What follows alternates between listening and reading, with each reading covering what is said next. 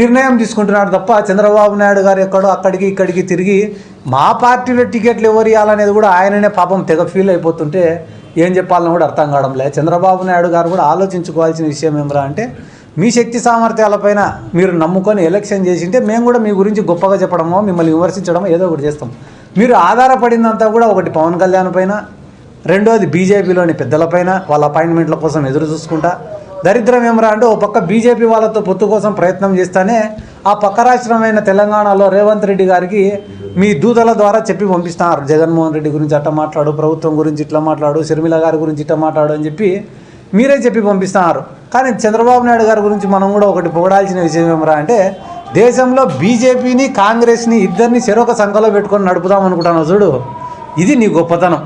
ఇటువంటి మా భాషలో చెప్పాలంటే ఇంత బ్రోకర్ టాలెంట్ అయితే ఇవన్నీ కాడ కూడా ఉండదు.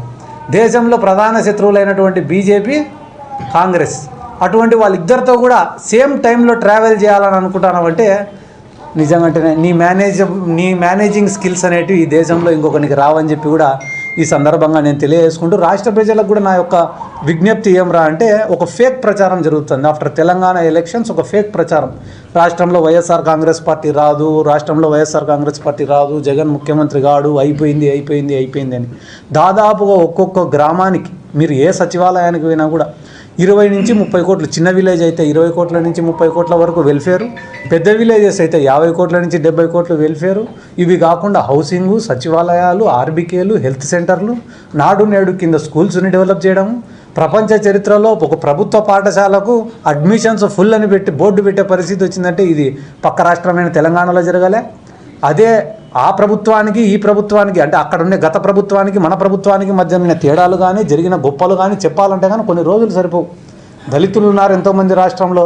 ఇక్కడ అసైన్డ్ భూములు ఉంటే కానీ ఆ అసైన్డ్ భూములకు పేదలకే హక్కు కల్పించి అమ్ముకొని లాభపడేదానికి జగన్మోహన్ రెడ్డి గారు జీవో ఇస్తే, తెలంగాణ ప్రభుత్వంలో అసైన్డ్ భూములను మళ్ళీ ప్రభుత్వమే వెనక్కి తీసుకొని వేలం వేసింది.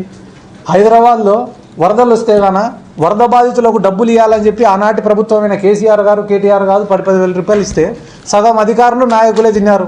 కానీ ఆంధ్ర రాష్ట్రంలో ఏదన్నా బెనిఫిషియరీకి డబ్బులు ఇవ్వాలనుకుంటే గాన డీబీటీ పద్ధతిలో డైరెక్ట్గా వాళ్ళ అకౌంట్లోకి చేరుతుంది. కానీ ఎక్కడైనా కూడా కరప్షన్ జరిగే స్కోప్ ఉందా? మేము ఆ రోజు 2,000 రూపాయలు ప్లీనరీలో పెన్షన్ ఇస్తామని చెప్తే చంద్రబాబు నాయుడు గారు దివాలా తీస్తుంది రాష్ట్రం, ఇది 2,000 రూపాయలు పెన్షన్ ఇస్తే అని చెప్పినాడు. కానీ ఎన్నికలకు 2 నెలల ముందరో 3 నెలల ముందరో ఆయన కూడా 2,000 రూపాయలు పెన్షన్ ఇవ్వడం స్టార్ట్ చేసినాడు. ఈరోజు మొన్న జనవరికి 3,000 రూపాయలు పెన్షన్.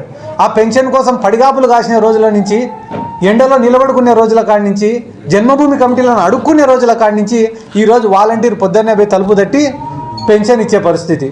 ఓ పక్కన విద్యారంగంలో కానీ, వైద్య రంగంలో కానీ, వ్యవసాయ రంగంలో కానీ, అదే రకంగా ఉద్యోగ కల్పన, యువకులను ఏదో ఒక రకంగా రెచ్చగొట్టాలా. ఏ ప్రభుత్వం పైన కూడా మొట్టమొదట వ్యతిరేకత వచ్చేది యువకులలోనే. పోరాడేది ఎవరంటే యువకులలోనే, విద్యార్థులలోనే. అటువంటి యువకులను ఏదో ఒక రకంగా వాళ్ళ పక్కకు డైవర్ట్ చేసుకోవాలనే ఉద్దేశంతో ఉద్యోగ అవకాశాలు వచ్చినాయా, నోటిఫికేషన్ వచ్చిందా, ఇటువంటి మాటలన్నీ మాట్లాడుతున్నారు చంద్రబాబు నాయుడు గారు. కళ్ళు తెరిచి ప్రతి గ్రామంలో సచివాలయానికి పోతే కళ్ళ ముందర కనిపించే అంశం సచివాలయాల్లోని ఉద్యోగాలు. 1,25,000 మందికి సచివాలయాల్లో బేసింగ్ ఆన్ మెరిట్ వాళ్ళకు ఉద్యోగాలు ఇస్తే ఈరోజు ఒక్కొక్కరికి జీతం 28,000 రూపాయలు ఇస్తుంటే, ఏ రకంగా చంద్రబాబు నాయుడు గారు మీ మొత్తం టెన్యూర్లో పర్మనెంట్ ఉద్యోగాలు ఎన్ని ఇచ్చినారు మీరు? జగన్మోహన్ రెడ్డి గారు ఎలక్షన్లు అయిపోయినాక 5 నెలల లోపలే 4 నెలల లోపలే ఇచ్చిన 1,25,000 ఉద్యోగాలు మీకు కనపడడం లేదా? ఏ ప్రభుత్వానికైనా కూడా 5 సంవత్సరాలలో ఆ గవర్నమెంట్ యొక్క శక్తి సామర్థ్యాలను నిరూపించుకోవాలంటే ఏ ప్రభుత్వానికైనా కూడా చాలా కఠినమైన టార్గెట్, కఠినమైన పరీక్ష. అయినప్పటికీ ఈ 5 సంవత్సరాలలో దాదాపుగా 1.5 సంవత్సరంకు పైగా కోవిడ్కు పోయింది. కోవిడ్కు పోయినా కూడా కోవిడ్ లాంటి క్లిష్ట సమయంలో కూడా పేదవాళ్లకు వెల్ఫేర్ అనేది ఆపకుండా అందించినాడంటే ఇవన్నీ కూడా గుర్తు చేయాల్సినటువంటి అవసరం రాష్ట్ర ప్రజలకు ఎంతైనా కూడా ఉంది. ఎందుకంటే కానీ ఈ రాష్ట్రంలో ప్రస్తుతం అనేది ఒక ఫేక్ ప్రచారం చేయడంలో మాత్రం తెలుగుదేశం వాళ్ళు సక్సెస్ అయినారు. కాబట్టి రాష్ట్ర ప్రజలకు అందరికీ కూడా రాష్ట్ర వ్యాప్తంగా పర్యటించి ప్రతి నియోజకవర్గానికి వెళ్ళి అక్కడున్న యువకులను కానీ, మహిళలను కానీ, విద్యార్థులను కానీ, రైతులను కానీ అందరినీ కలిసి జగన్ సార్ యొక్క ఆలోచన విధానము రాష్ట్రం